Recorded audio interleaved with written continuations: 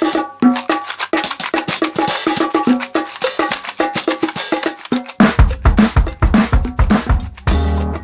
are listening to Rep Radio, giving you an inside look at the plays and the players since 2009. Today on the podcast, Marla Alpert talks about the new world premiere Farce by Ken Kaissar, A Leg Up, on stage at Bristol Riverside Theater.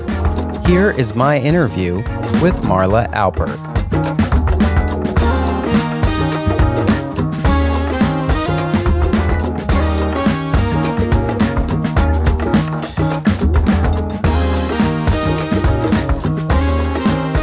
And welcome to the podcast. I'm your host, Darnell Radford, and today I am in the virtual studio with Marla Alpert, who is part of the Bristol Riverside Theater production of A Leg Up by Ken Kaissar. And this is a world premiere. So Marla, welcome to the podcast. Hi, thanks for having me. It's great to have you here in the virtual studio. Yeah, I can see you, but our listeners will only hear you. well, that's great because this headset is doing nothing for my hair. This lighting is doing nothing for my face. I can assure you look great. So we're going to talk about this world premiere, but before we get into it, tell us about Marla Alpert. So my name is Marla Alpert. I'm an actor, singer, dancer, circus artist as well for the past, professionally, probably for the past 15, 16 years or so. That's my main source of income. I'm a New York City resident. I'm also, as far as media, very active on TikTok as an educator and I guess sort of debunker and somewhat comedian on queer rights and queer issues. All right. And we'll have a link to all that.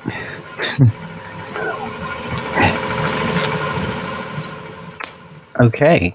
And so tell us a bit about A Leg Up. Mom, there's a motorcycle going by. We'll wait. There's always a vehicle who just wants to be in a podcast so badly. Wants everyone to know their presence. Yeah. So A Leg Up is a farce. Farce is, if you're unfamiliar with things like Tartuffe, usually when you think of farces, they're generally older. Some more recent ones would be like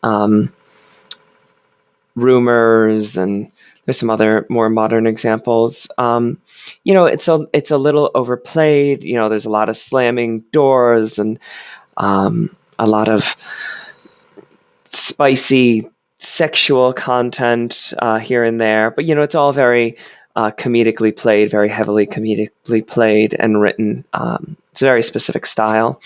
So this is, as far as I know, one of the first LGBTQ-centric farces. And on top of that, it has representation. It has trans representation. That's me, by the way, in case anyone didn't know. It has gay representation. It has Black representation. It has disabled representation. So overall, showcasing a lot of marginalized groups, which I think is really a new thing, especially for a farce of all things. Mm. Yeah. When did you first get involved with this production? Because I do know that it was slated for the 2019-2020 season, but, things happen.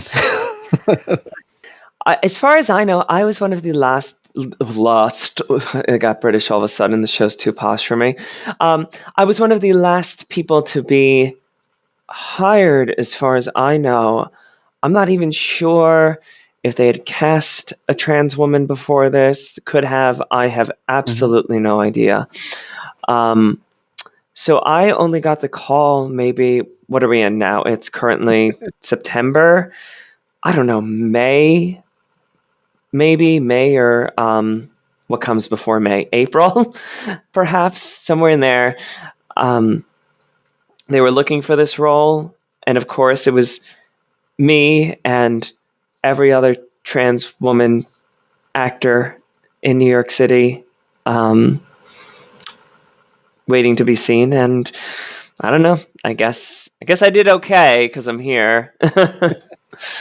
There was something about Marla. Yeah. So what were your first impressions of A Leg Up?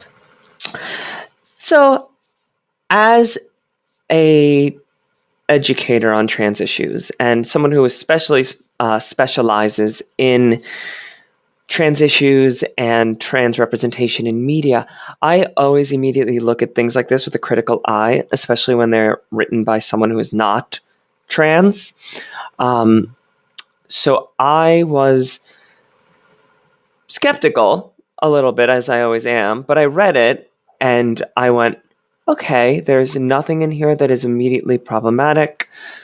I feel comfortable with it. It's got it. I mean, the first act is essentially just a really good trans joke, like a long form joke that I think was interesting and sort of played against trans stereotypes. I don't want to blow what the joke was that's laid out through all of Act One, but I think that gave me some confidence to begin with. And then I walked into the room and we had a whole conversation about how comfortable I would be, what good trans media looks like. So they were immediately, I knew that they wanted my input, which is always a good sign to me. In fact, I probably would say my ability to give input in the audition room is probably one of the reasons I got this. And the thing is, the show's wonderful. And as I said, I was skeptical because you have someone who does not hold any of the marginalized identities in the show, writing the show.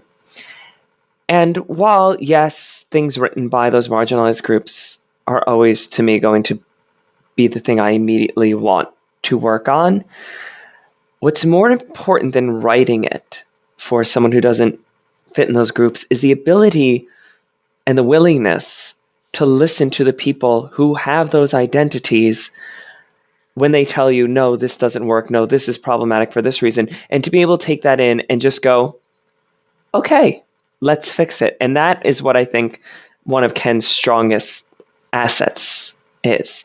At no point did I ever bring something up that wasn't met with, okay, let's figure out how to fix this. Never was it met with, but, which I get all the time with other people. But Ken was very quick to be like, okay, I want to hear your opinion. Let's see what we can come up with together. And that is, I think, what will make this show successful above all else. Okay, yeah. And because I was going to ask, have you taken part in a world premiere, prior to this production? Not of a full production. Readings I've done literally 2 days before this. Before the rehearsals for this started, I got done with a reading of a new musical at Playwrights Horizons in New York, playing the lead. It's an almost entirely trans cast, a trans and queer woman writer as well.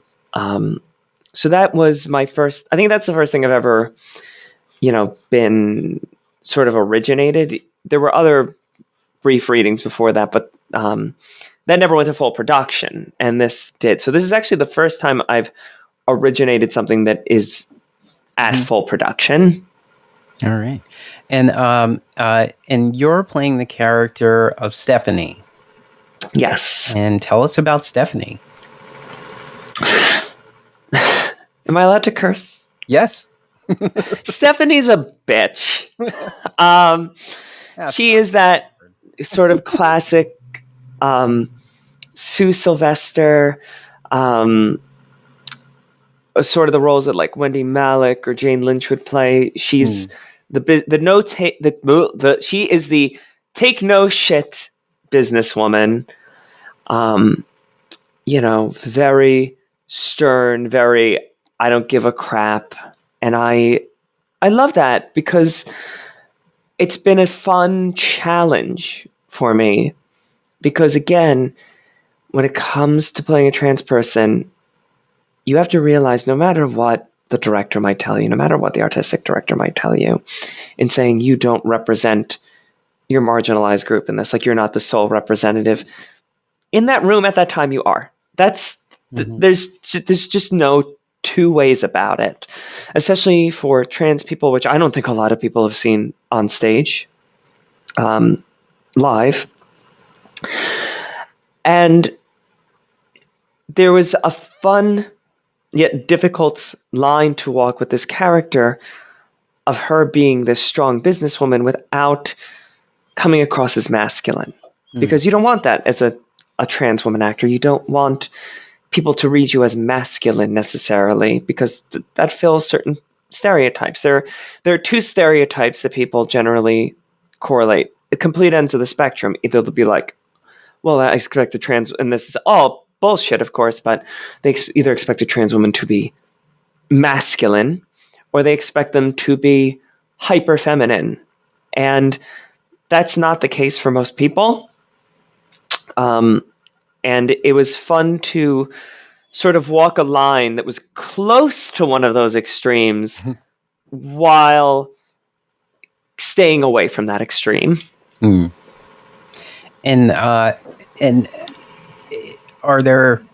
is there any of you in how Stephanie carries in this production? I don't know if it's me in life, maybe in her moments where she loses control, like loses being at the top of the pyramid. Maybe it's more in the moments where she's lost control. There might be a little bit of me as a person and my general like awkwardness.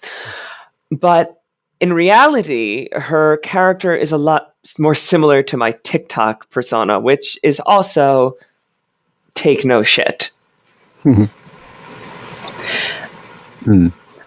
And so take us into the room. What was it? What is rehearsal like? Being a part of a world premiere farce. So very, very fun room, in my opinion, because we were allowed to, for the most part, to play. Because rewrites were completely acceptable. If a joke didn't work, you might try it differently. You might try a different joke. And there's two ways to approach that in a room like this. There's one, asking for permission, going up and saying, hey, can we try this? Can we try this? I want to try this line, which I think I did a couple of times. Or my preferred method, and something I've more picked up in recent years, is it an ability? Oh, there goes that motorcycle again. Gonna pretend he's going in a big circle. The other way to do it is to just go for it, which is something I've picked up only somewhat recently in my ability to do things, is to just be like, I have a funny idea. I'm just going to do it. And if it gets a laugh, well, then that's your proof, isn't it? You can't say, I don't know if it's going to be funny if they just laughed at it. Yeah. I think that's I've had this conversation with some other people in the cast who've never done something where they've been able to just toss out their own ideas without asking permission. And I just think it's a skill worth having. Yeah. You said, you were allowed to play in the room and you just have to know when to just go for it. Was there something about the room that gave you that confidence, or is that just Marla? I mean, first of all, to know that the director and writer were so willing to change stuff, sort of already gives you that freedom to some extent. But I think that is more me recently. My confidence ever since transitioning is I'm a completely different person as far as confidence goes. But I have been doing this thing in New York, and this was such a huge help to me. This thing in New York called Drunk Musicals for the past few months. And it's sort of very pared down versions of musicals, like all the songs, but all the scenes are shortened, throw in stupid, relevant, poignant jokes, kind of do whatever you want in the rehearsal process, which is only like a day. And then you perform it while being handed shot after shot. And that experience has really allowed me to learn, just try it. Oh, there's that motorcycle again. They're like, is still recording? It's a reoccurring character on this podcast. Yes. And here in the room, if you don't get a laugh, no big deal. With that other thing I was doing, you try it on stage one time in front of, a room full of people and it doesn't land. Well, then that feels not great. So if you can do it there, certainly you can do it in a rehearsal room. Desi is desperate for attention. The theater dog. Hi, baby. I think pets in general love podcasts. There have been many podcasts where the audience can't see, but I see many cats' butts. My dog, when I do my own podcast, not so much now, but in my former apartment, she could open the door, but she could only do it by like slamming it open. So she would just she'd be like, I'm going in the room in a grand entrance. Ba-bum, like, oh, great. Thank you. Thank you. Here? Let's go take that line again. Desi Shah. Well, since you mentioned it, tell us about your podcast. Oh, so I do a podcast that is, it's called Flop of the Heap, and it's about the worst flops in Broadway history. Those shows that ran sometimes a single night and lost millions of dollars. So we dive into those and find out all the fun stories, point out all the ridiculous choices that were made. Some choices, we occasionally pick somewhere we're like, this was a good show. I don't know why this did so poorly. But then we sort of try to investigate why it flopped. Could it be done again? What would have to change? And then if we have the energy and we have the motivation, we'll throw in fun little pre-written skits about something in the musical. Less and less these days because I just do not have the time and energy. Yeah. Would you say being a host on a podcast helps you sort of flex these muscles? I think to some extent, yes. It's a somewhat of a different beast, but it does give you the ability to quick fire response, which allows you to find those fun moments and those fun jokes and those quick witticisms. I have the same thing. Too many ums. Marla, stop.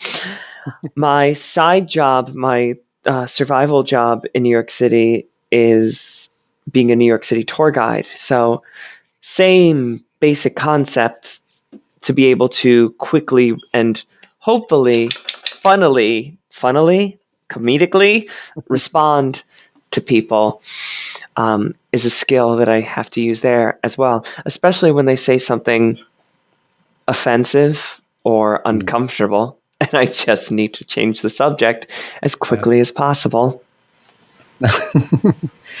I think it's kind of interesting how a tourist who wants to be entertained would also have no problem being a heckler. Oh, yeah, it's unbelievable. And, I'm a tour guide at the Statue of Liberty in Ellis Island, and some people have some real interesting ideas about what those things represent, and they want it known. Mm. There are many times I've been to New York City, but to the Statue of Liberty, I have not been there. I've been there probably 300 times at least at this point. I have been.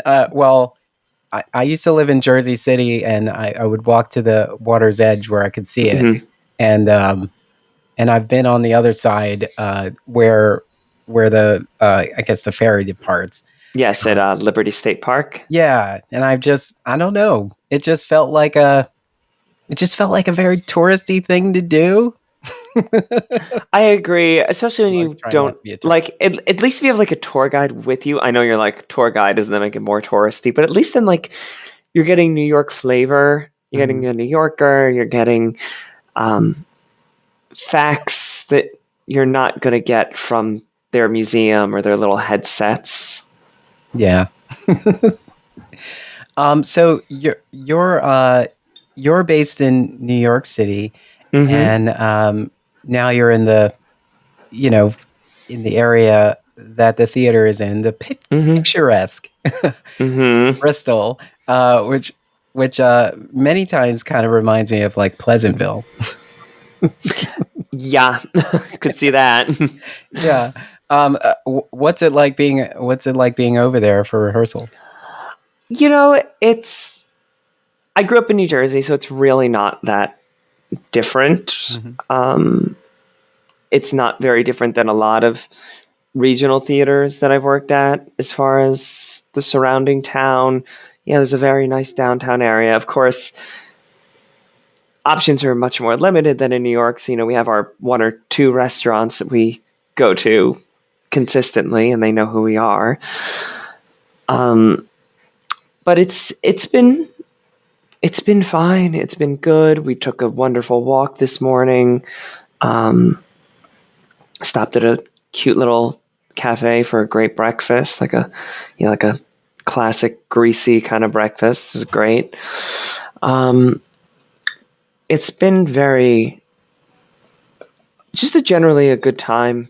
We'll see what happens once, we open the show and everyone in town who sees it now knows that I'm trans. We'll see if my treatment or how people look at me changes.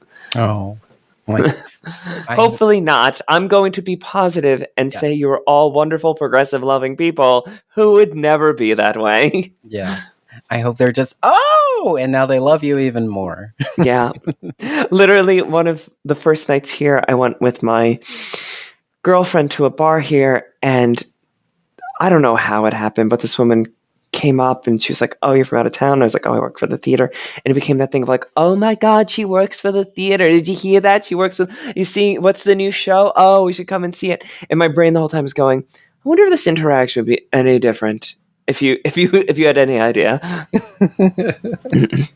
Well, I feel like in Bristol, anyone who doesn't look familiar people look at works for the theater. That's true. Yeah, because it is that kind of town. Yeah. Or if you hop off the train and you end up over there at the theater, in that space. Especially walking into there's only a handful of places you can go for a bite to eat. Yeah. It is clear there's an out-of-towner. Yeah. So thinking about this production and that it being one of the first LGBTQ centered farces, what would you like to see more on stages? Period. I would like to see more trans stories that are, one, trans-centric. I would not necessarily call this trans-centric. Desi, come here. I know. You probably want to go out. I'll tell your mommy afterward. I'd like to see more transcentric things, and I would like to see them be. I always say this. I would give anything for a trans story where the character eats breakfast and goes to work, and that's the end of the thing. Like, I don't need to hear about. I don't need to see trans trauma portrayed consistently on stage, like as if our lives are nothing but traumatic. Yeah. I mean, of course we need that because we need people to understand what we experience, but it is so consistent. The second that it's any story involving a trans person, it's like tragedy and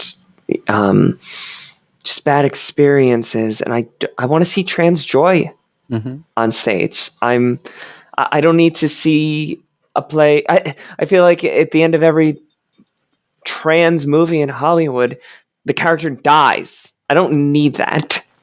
Yeah. I think as members of the LGBTQ plus community, we can be basic too. Yeah.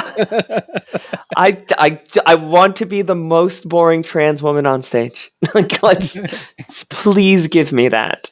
I always think about that when someone's really critical of something that's being lauded as groundbreaking, because of its inclusive casting and storylining, and but they're saying, yeah, but this character does this and does that, and there should be more of this. Like, oh, and now everybody's going to walk away and seeing us as this, and it's like, well, you kind of need to have them. We need to have so many more stories. We need to have basic and mundane stories so that we can also have dynamic stories that shine just as well. Because that's I mean, like I said, my character really does not change much in this by being trans. Like, it really does not come up much for my character. For other characters, it becomes like that, like, there's a trans woman. I hear this, like, how cisgender people get sort of awkward and like concerned that they're going to say something wrong, which I think is a fun joke to play on. But even this musical that I did right before this, was called this reading called Misstep, almost an entirely trans cast, and the show would not have been any different, really, except for a couple of jokes, if the characters were cisgender. Like, they just happen to be trans. That kind of changes some of the feeling and some of the jokes, but you could write the same story without trans people and it would have worked just fine, which I love that. Yeah. So you, early on, you spoke about Stephanie and saying how Stephanie has this take no shit kind of character, but also want to make sure that you're not playing too masculine. So that makes me think about costuming. So what are the costumes like that Stephanie gets to wear? So I very specifically, when first discussing it with the costume team, I said, I want Miranda from Devil Wears Prada. I want Meryl Streep in Devil Wears Prada. And that is 100% what they gave me. Yes. I think I'm going to brag. I think I have the best costume in the show. Power suit with this leather bustier under it. This big tied leather belt over the blazer. And then, because it's a farce, everyone ends up in their underwear, because that's just what happens in farces. So that happens as well. So I had to make sure that was at the same time comfortable and at the same time appealing.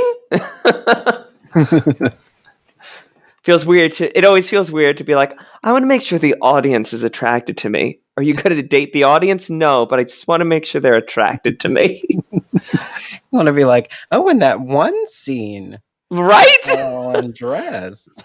You don't want anyone to be like, oh, that doesn't fit her very well. Or, oh, I don't know that that's her color. Like, you don't want that. Yeah. I always think about that because there's this huge trend of there's this huge trend of very fashionable, flashy underwear, Mm-hmm. for men and women. And I always think about, like, where do they think we're going? Right? These, Well, we just had that happen. conversation. We just had that conversation this morning because as of 2 days ago, I was wearing like sexy like stockings with a garter belt under my stuff. And even I said it, and they finally said it after they saw it on stage. They were like, this implies she came here with a mission, and I don't think that's at all what happened. So we nixed those today. um, what do you? What can an audience expect from this production? I just think a generally good laugh. I think most of it is a laugh every 20, 30 seconds. Mhm. I hate like when people say like it's a laugh a minute. I think it's more than that. Laugh a minute, I feel like you get a laugh and then I'm like, you're just sitting there for a while. I think it's a little faster than that. So it's very fast paced, very funny. Some wordy jokes, some physical jokes. I think humor of all different types. It's one of those shows you can't walk away from it feeling bad. There's no, there's drama, but only in the form of melodrama. There's no death or disease or murder or anything like that. It's just laughs. Yeah. And so as we speak right now, a leg up goes into previews. Yes, in 45 minutes. 45 minutes. Oh my god. Yeah. Is it ready? I think today's run went great. We have a very long preview process. I think with the assumption that there's going to be a lot of changes. I don't think there's going to be as many changes as they might have originally thought. I think we'll just see what jokes land and what jokes don't. I just hope. I'm more of a fan of when you cut a joke, not to just cut it, but replace it with a shorter joke. Because generally jokes don't land because they're too long or, too complicated. Mm-hmm. But I think there'll be a lot of probably things being nixed and then people going, well, what about this to replace that? I don't think there'll be any major changes. There were major changes when we first started, but I think now it's a matter of finding the jokes that don't work and fixing those or replacing those or whatever. And I think it's a job for us, and this is not really a change thing. We have to be quicker. The quicker a farce is, the better it is. Yeah. So my experience at Bristol Riverside Theater, it's a very mature audience. Yeah. So yeah, trans woman in her underwear, where I'm really looking forward to see how this goes. I'm wondering, are they ready for this? I honestly could not tell you. Sometimes the older set are the first to laugh at, sexual jokes. Mm-hmm. So I think there is a good chance that they will be ready for it and enjoy it. I hope that they can, recognize the marginalized identities on stage and, just see them as normal. Yeah. Because they are. Yes. Normal. Not necessarily basic, as we were talking about earlier. But just human. Yeah. Human. There they are. Yeah. Well, it's well positioned to lead quite an interesting season. Mm-hmm. A Leg Up opens Bristol Riverside's season, and then followed by Clue, and then followed by Cabaret, and followed by One of my favorites. which had a short Chicken and Biscuits had a short run on Broadway, which I thought was such a crime. I think it's a wonderful show. It's just a matter of when you are reliant on white audiences, it's for a show like that, it becomes hard. Yeah. And this was also the first, season of return. Like Broadway is back, so but everyone else wasn't necessarily on board. Everyone didn't get the memo. So yeah, I think a lot of productions that had short runs on Broadway, I really hope to see come around, tour around the country. They were getting acclaim, just not enough to draw the masses back out of their safe spaces. I mean, it's such a shame that there's such more sort of basic shows that just ran too long, that closed even before the pandemic, and then the pandemic, well, didn't end, but Broadway came back, and instead of replacing new stuff, they were like, that thing that failed, let's put that back in. But it was never like the interesting choice. It was never something like Chicken and Biscuits. It was, like the Tina Turner musical, where it's just like, I guess we just get people who like Tina Turner to basically come to a concert. Like,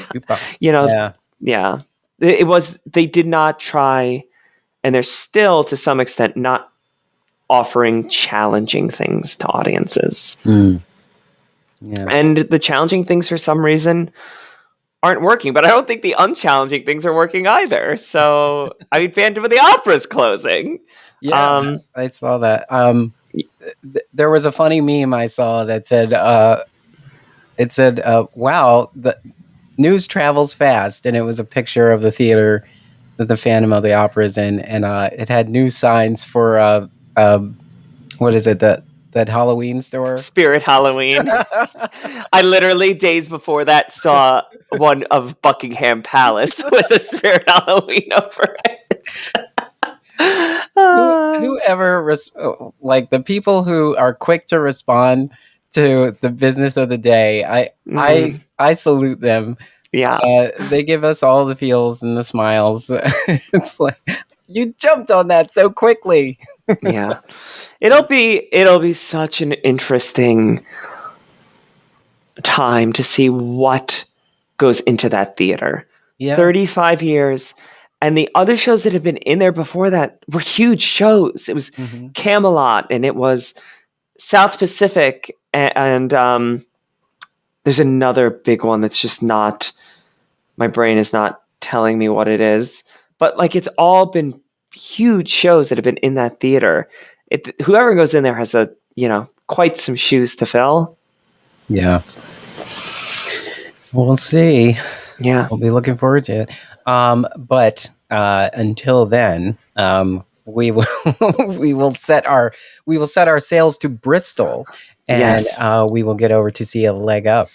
Is there anything else you want to say about A Leg Up before we close out? Just come see it, and if you could applaud when I come out in my underwear, that'd be great. Thanks. It'll make me feel real good. Thank you. No. Applaud.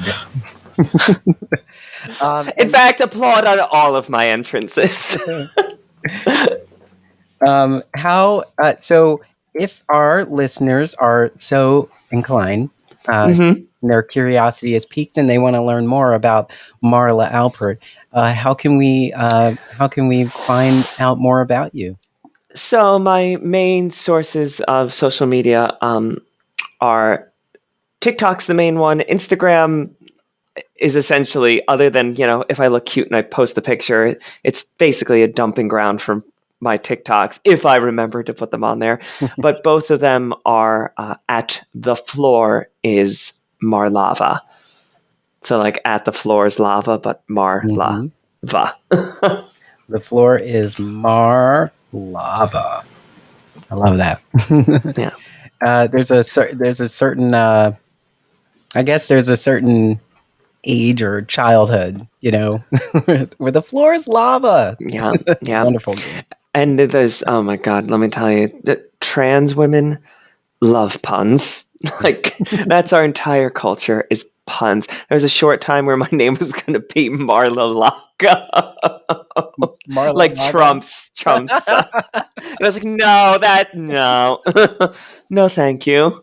Oh, yeah, if that were the case, you would have to perform in Miami. Yeah. Well, Marla, it was great chatting with you. It was great to get to know you, and It's been great. And to learn more about this world premiere. The world premiere is called A Leg Up. It is written by Ken Kaissar. I hope I'm saying that right. If not, Ken, I'm sorry. And it's directed by Amy Kaissar. Also, I'm sorry if I'm not saying that name right. Currently, if you're listening to this now, right now as a recording, it's going into previews, but it will run through October 9th. And you can get your tickets at brtstage.org. Marla Alpert, thank you so much for taking Thank you so much. I need to go put my costume on. Yes. And now I'm going to let you go. So get out of here. Get out of here. But thank you very much for taking the time. Really appreciate it. Yeah. Thank you so much.